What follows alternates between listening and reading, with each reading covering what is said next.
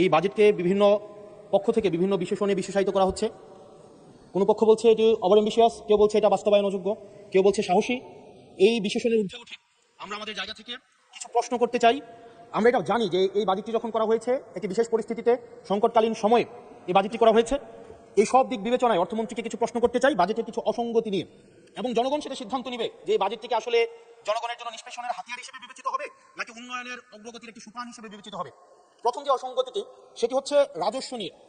মাননীয় স্পিকার, আমরা যদি বাংলাদেশের গত বছরের রাজস্বটি দেখি, লক্ষ্যমাত্রা ছিল 5,03,000 কোটি টাকা। সেই জায়গায় 11 মাসে অর্জিত হয়েছে 4,60,000 কোটি টাকার মতো।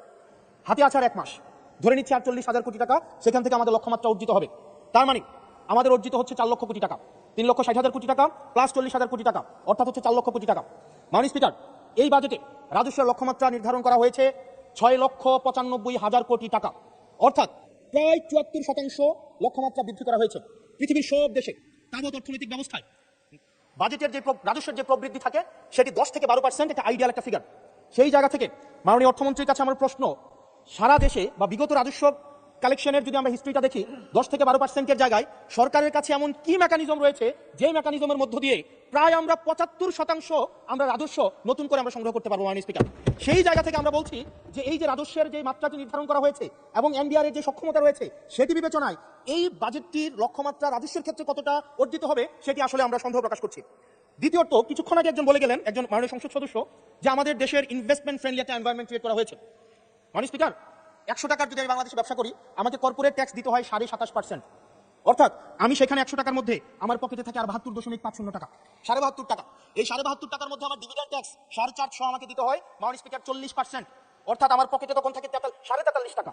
এই 43.5 টাকা আমি 100 টাকা ইনকাম করি, আমার সর্বসাকুল্যে আমার ট্যাক্স চলে যায় 56.5%। আমরা যদি মালদ্বীপের দিকে তাকাই, আমরা যদি সিঙ্গাপুরের দিকে তাকাই, মালয়েশিয়ার দিকে তাকাই, সেখানে এই কর্পোরেট ট্যাক্স হচ্ছে 0%। আমরা যদি শ্রীলঙ্কার দিকে তাকাই 15%, নেপালের দিকে যদি তাকাই তাহলে সেটা 5%। শুধু সরকারের সমালোচনার খাতিরে না, আমরা নির্মোহভাবে কনস্ট্রাকটিভ ক্রিটিসিজমের জায়গা থেকে আমরা বলছি এই 56.5% কর্পোরেট ট্যাক্স এবং ডিভিডেন্ড ট্যাক্স বিদ্যমান রেখে এটা ডোমেস্টিক ইনভেস্টমেন্টকেও প্রমোট করবে না এবং ফরেন ইনভেস্টমেন্টকেও প্রমোট করবে না।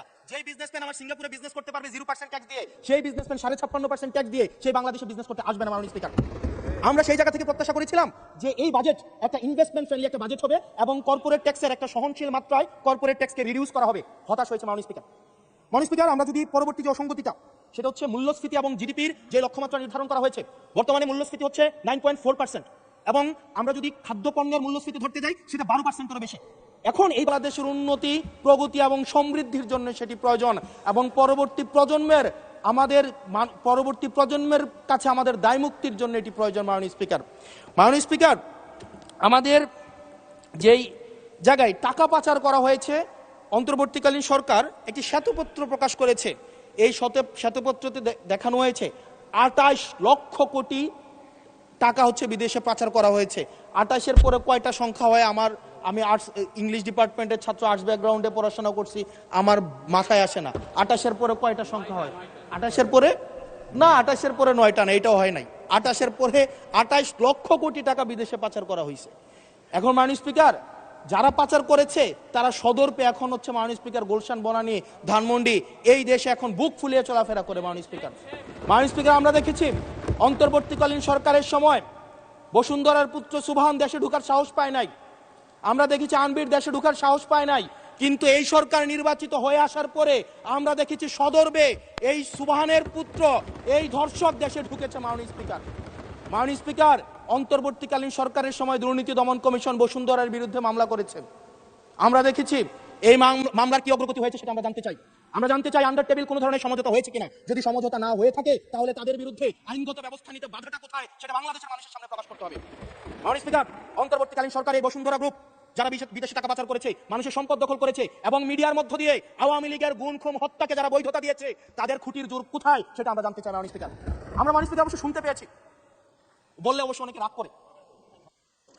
মাননীয় সদস্য, আপনার সময় শেষ হয়ে গেছে, তারপরেও চিফ হুইপ মহোদয় অনুরোধ করেছেন আরো 3 মিনিট বাড়ানো হলো। থ্যাংক ইউ মাননীয় স্পিকার, আমরা শুনতে পেয়েছি বা দেখতে পাই এবং সরকার দলেরই অনেকে মাঝে মাঝে আমাদের কাছে এসে দুঃখ প্রকাশ করে যে আসলে আমরা জেল খেটেছি, আমরা কষ্ট করেছি, আমাদের সন্তানদের সাথে আমরা থাকতে পারি নাই, কিন্তু আমাদের দলে কিছু মানুষ বসুন্ধরার অ্যাডভাইজার হিসেবে কাজ করে, তাদের মিডিয়ার অ্যাডভাইজার হিসেবে কাজ করে। মাননীয় স্পিকার, যেই মিডিয়া তারেক রহমানকে, মাননীয় প্রধানমন্ত্রী তারেক রহমানকে দেশদ্রোহী হিসাবে ফ্রেমিং করেছে, সেই মিডিয়ার অ্যাডভাইজার হিসেবে আজকে বসুন্ধরা গ্রুপে আজকে এই সরকার দলীয় সংসদ সদস্যদের অনেকেই তারা সেখানে যুক্ত। মাননীয় স্পিকার, এটা আমাদের জন্য না, বরং তাদের সহকর্মীদের জন্য এটি তাদের হৃদয়ে রক্তক্ষরণ হয়, সেটি আমরা জানি। মাননীয় স্পিকার, এই বসুন্ধরার বিরুদ্ধে যারা কথা বলে তাদের বিরুদ্ধে মিডিয়া লেলিয়ে দেওয়া হয়। মাননীয় স্পিকার, আমরা যারা ঋণ খেলাপি, যারা ব্যাংকগুলোকে দখল করেছে, যারা গণতন্ত্র পথকে রুদ্ধ করেছে, গুম খুনের বৈধ, একটু ওয়েট করেন, সময় তো দিবে, আসতেছে, শেষ হোক। যারা গুম খুনের, আমি আপনাকে বলছি মিস্টার হাসান এদিকে Yes, yes, প্লিজ। আমি addressing it, Mr. Speaker.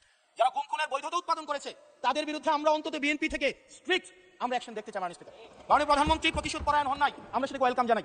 মাননীয় স্পিকার, প্রতিশোধ পরায়ণ না হওয়া আর সুবিচার নিশ্চিত না করা দুটো এক না। মাননীয় স্পিকার, আমরা ওয়েলকাম করি উনি প্রতিশোধ পরায়ণ হন নাই, ব্যক্তিগত রাগ ক্ষোভের ঊর্ধ্বে উনি উঠতে পেরেছেন, কিন্তু আমরা এটা ওনার কাছ থেকে শুনতে চাই, উনার দলের কাছ থেকে শুনতে চাই, গুম খুনের হত্যার উনি সুবিচার নিশ্চিত করবেন, উনি আইনের শাসন নিশ্চিত করবেন, এবং এতদিন ধরে যারা মিডিয়াকে, যারা নিয়ন্ত্রিত মিডিয়ার মাধ্যমে এই ফেসিবাদের পক্ষে যারা বয়ান উৎপাদন করেছেন তাদের বিরুদ্ধে উনি সুবিচার নিশ্চিত করবেন। মাননীয় স্পিকার, আমাদের প্রতিহিংসার কথা বলছি না, প্রতিশোধ পরায়ণতার কথা বলছি না। মাননীয় স্পিকার, আজকে এই জায়গাতে আমরা আবার দেখতে পাচ্ছি যেটা আমাদেরকে শঙ্কার মধ্যে ফেলে, রাজনৈতিক প্রতিহিংসার রাজনীতি আবার শুরু হচ্ছে। মাননীয় স্পিকার, একজন সরকার দলীয় একজন প্রতিমন্ত্রীর বিরুদ্ধে কথা বলায় মিডিয়ার একজন সম্পাদকের বিরুদ্ধে মামলা করা হয়েছে। মাননীয় স্পিকার, খুবই দুঃখজনক, তাকে জেলে নেওয়া হয়েছে একজন প্রতিমন্ত্রীর বিরুদ্ধে কথা বলায়। এবং মাননীয় স্পিকার, আমি আপনার প্রোটেকশন দাবি করছি, কারণ আমরা বলতে ভয় পাই, কারণ আমরা যদি সরকারের সমালোচনা করি, কোনো প্রতিমন্ত্রীর বিরুদ্ধে কথা বলি, মন্ত্রীর বিরুদ্ধে কথা বলি, আমার এলাকার বাজেট দিয়ে বন্ধ করে দিবে না, সেটার কিন্তু নিশ্চয়তা নাই।